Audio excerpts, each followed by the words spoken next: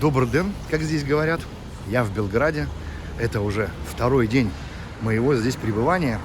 Вот буквально я от автобусной остановки около Белград-арены отошел в сторону, зашел в блок. А здесь вот такая вот стоит штукенция. Это что-то, видимо, телекоммуникационное, наверное. И буквально напротив начинаются вот те самые блочные дома. Вот, например, такой интересный представитель. Но это уже, наверное, дом какой-нибудь посвежее переделанный. Хотя, может быть, и тоже каких-то 60-х годов. Смотри, сколько здесь всяких веселых архитектурных деталей. Пирамидки вон какие. Красненькие, блоки и все такое. Прикольно выглядит. Есть даже лифт, который поднимает маломобильных, так сказать, жителей с уровня земли на уровень первого этажа. При этом надо понимать, что в этих домах во всех первого этажа, как правило, нет. Есть подземный этаж. То есть все вот эти дома в Новом Белграде, они внизу с гаражом. Первый этаж у них предусмотрен под какие-то сервисы, офисы и все остальное. А все жилье начинается только где-то с уровня второго этажа. Как устроен Белград? Белграду больше 2000 лет. Он когда-то был основан как крепость в месте слияния двух рек – Дуная и Савы. На такой стрелке. Там древние римляне возвели крепость, и оттуда город пошел развиваться. Та часть, которая за Савой, называется Старый Белград. Там, соответственно, застройка в своей массе 19-18 век. Там стандартная на то время архитектура. Хотя тоже присутствует очень много модернистских и всяческих других стилей интересных зданий. Там можно реально очень долго ходить гулять. И от изобилия и, как это сказать, разной архитектуры в глазах начинает рябить. Вот дом, в котором я забронировал квартиру. Все совершенно стандартно. В доме, если считать по-правильному, 6 этажей. То есть вот это его жилая часть. Туда внизу, под землю, гараж. Вы представляете, в Югославии сразу после войны, в 50-х годах, ведь в 50-х годах делался этот генплан, строиться все начало в 60-х. Ну, этот дом, я затрудняюсь сказать, какого года постройки, но что-то, наверное, тоже на границе 60-х, 70-х. Так вот тогда уже предусматривали в домах внизу гаражи, потому что тогда была концепция, что все везде будут ездить на автомобилях. Автомобиль сразу после Второй мировой войны стал очень популярен, очень распространен, и большинство, скажем так, людей, глядящих в будущее, решило, что все всегда будут ездить на автомобилях. Ну и по большому счету они на данный момент не очень-то ошиблись, потому что сейчас зачастую уже по 2-3 машины в каждой семье. И здесь вот если посмотреть, мало того, что вся та подземная парковка забита, так тут вся улица абсолютно заставлена автомобилями. И ведь так оно буквально по всему миру. Может быть, и прав был тот составитель той концепции, что все и всегда будут передвигаться на автомобилях везде, а не пешком. Ну и, соответственно, получается, что вот эти районы, блоки Белграда, а блоки Белграда начали строиться на другом берегу Савы. То есть, если вот так смотреть, с той стороны находится Старый Белград и река Сава, а с той стороны запад, скажем так, Белграда. Начинаю я, видимо, как-то путаться и неграмотно излагать, но уж как есть. В общем, район Нового Белграда начал строиться через реку Савы от Старого Белграда. И весь этот район поделен на блоки. Всего этих блоков, по-моему, 72 штуки. И каждый из них не похож на другой. Есть чуть-чуть схожие, но в принципе, зайдите в любой из блоков, там будет абсолютно все иначе. Все совершенно по-другому устроено. Пойдемте вот здесь, посмотрим, как же устроен дом, в котором я сейчас живу. Вот как раз машина выезжает из гаража с подземного. Можно все это наблюдать. Так, внизу, вот там гараж. Вот эта вот часть, она вся, как бы сказать, дом на ножках. Сейчас вот там вот офисы.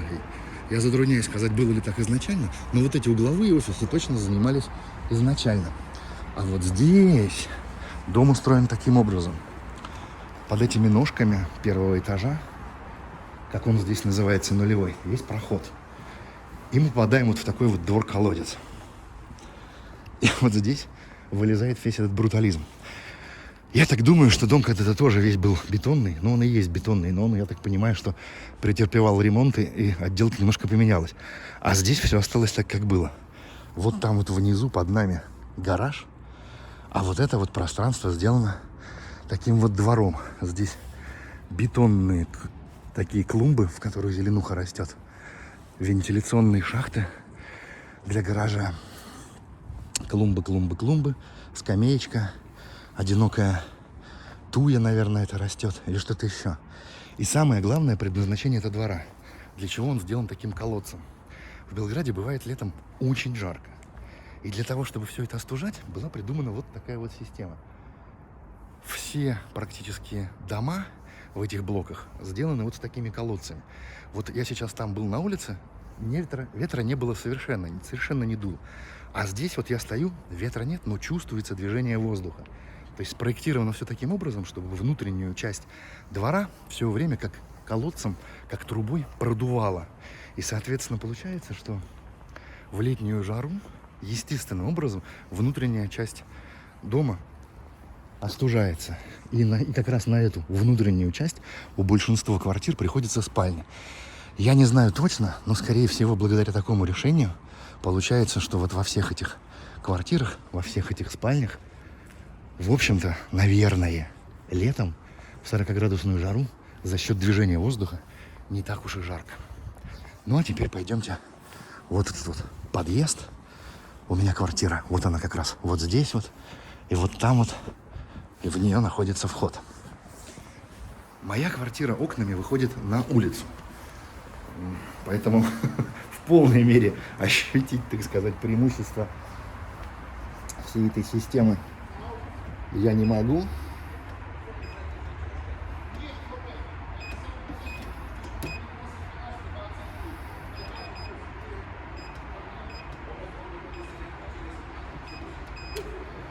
Запутался я в замке, но справился. Заходим. Вот он тот двор, в котором мы только что были. А вот это подъезд, лестница. Посмотрите, какая сделана, какое архитектурное решение. Балка, на ней ступеньки и такие вот перила металлические. Туда спуск вниз на территорию гаража. Есть лифт, но нам лифт с вами не нужен. Здесь какие-то вон подсобные помещения, тра-та-та, какая-то хранилка. Поднимаемся на первый этаж. Этот этаж здесь официально называется первым. Тот внизу, на котором мы были, нулевой. Открываем одну дверь. Здесь вот открывается окно в тот самый наш двор, в котором мы только что были. Заходим. Здесь есть такой вот предбанник. Здесь еще один предбанник. Я не знаю, было ли так задумано изначально, но, наверное, да. Открываем дверь. Дверь металлическая. Было ли так изначально, тоже не знаю. Заходим. Здесь, тепло. По сравнению с улицей, прям сразу становится тепло. Закрываем дверь. Включаем свет. И начинаем тур по типовой югославской квартире в блоках Белграда, каких 60-х, 70-х годов. Я, с вашего позволения, сниму себе одежду, потому что жарко в квартире реально тепло. Особенно на контрасте с улицы. Итак, вот вход в квартиру. Там какой-то электрический щиток. И здесь же есть одна из отопительных батарей, небольшая. Здесь в углу стоит холодильник, микроволновка. Ну, наверное, как-то так. Там вот розеточка. Таким вот образом она осовременена, потому что, видимо, в 60-е годы розетка была предусмотрена одна, а сейчас уже вон нужно куча всего. Кондиционер — это тоже современная штука. А вот здесь уже начинаются, как это сказать, артефакты прошлого. Вот такая вот силовая панель. Отсюда включается, я так понимаю, что розетка на стиральную машину. Тогда уже предусмотрена была стиральная машина с розеткой. Розетка на бойлер. И что-то еще, которое что-то включалось. Что это? А, это, наверное, полотенцесушитель, который вот там вот есть. Все управляется с одного места. Выключатель какой, смотрите. 70-е годы. Дальше ванная. Небольшая ванная, туалет здесь же, полотенчик, горячая вода. Здравствуйте, это я. Шкафчики мебели. Может быть, они тоже тех самых годов. И вентиляция вот в тот самый двор. Откроем ее. Пускай будет чуть-чуть свежего воздуха. Двери все такие. Тоже с вентиляцией внизу. Ну, крутяк совершенно. Самое главное, почему я согласился, скажем так, именно на эту квартиру. Ну, потому что она сохранена в том самом первозданном виде, как это было вот когда-то тогда, в 60-е, 70-е годы. Здесь, я так понимаю, вот эта вот декоративная панель скрывает все вот эти вот системы там труб, всякую разную штуку. И опять-таки интересная тема, отсюда управляется буквально весь дом. То есть весь свет в доме можно включить отсюда. Здесь тоже какая-то силовая штука. Я не понял, к чему она. Возможно, она включает силовую розетку плиты. Включаем здесь весь свет. И начинаем тур. Здесь сделана такая обеденная зона. Такой вот столик. Но это уже все, естественно, современное. Висит картина. Самделишная на холсте. Маслом написанная. Здесь кухонный блок. И причем в кухонном блоке вся вот эта мебель явно сохранена та самая югославская. То есть тех самых 60-х, 70-х годов. Все вот эти ящички, все вот эти вот системы, так сказать, хранения всего всякого, они точно с тех времен. Здесь он водогрей стоит. Вытяжка, скорее всего, тоже тех времен. Плита. Плита явно не отсюда, она уже свежая. Мойка. Возможно, как раз та самая югославская, за которой в СССР гонялись везде и могли, что называется, пообещать и сделать все, что угодно. Потому что югославская мебель в СССР ценилась бешено. Кухонный уголок. Такой вот уголок, типа на посмотреть телевизор. Диванчик здесь раскладной. Телевизор и все такое. Здесь вот вам посетить. Здесь еще один свет, который даже не знаю, что включает. И вот такая вот толстенная стена. Видимо, здесь эта стена сделана, потому что она несущая. То есть это такой, как бы сказать, столб, на котором стоит все здание. Поэтому она такая толстенная. И такое занимает пространство в квартире. И здесь уже спальное место. Кровать. Такая прям тоже изысканная, изящная. Не знаю, какая она тех же годов, что и квартира или нет. Может, современная, но выглядит круто и уместно. Здесь есть шкаф-купе, где есть всякое. Как мне кажется, он тоже такой же 60-х, 70-х годов. И дальше есть выход на балкон. Выходим на балкон. И здесь окна выходят на ту самую улицу, с которой мы с вами вот оттуда заходили. А здесь стоят машины. Там край блока идет проспект. А здесь вот такой вот, можно сказать, огромный балкон с кучей места на нем. С местом для посидеть, что-нибудь съесть, куда-нибудь посмотреть, о чем-нибудь поговорить. Вот такая вот квартирулечка, квартирочка,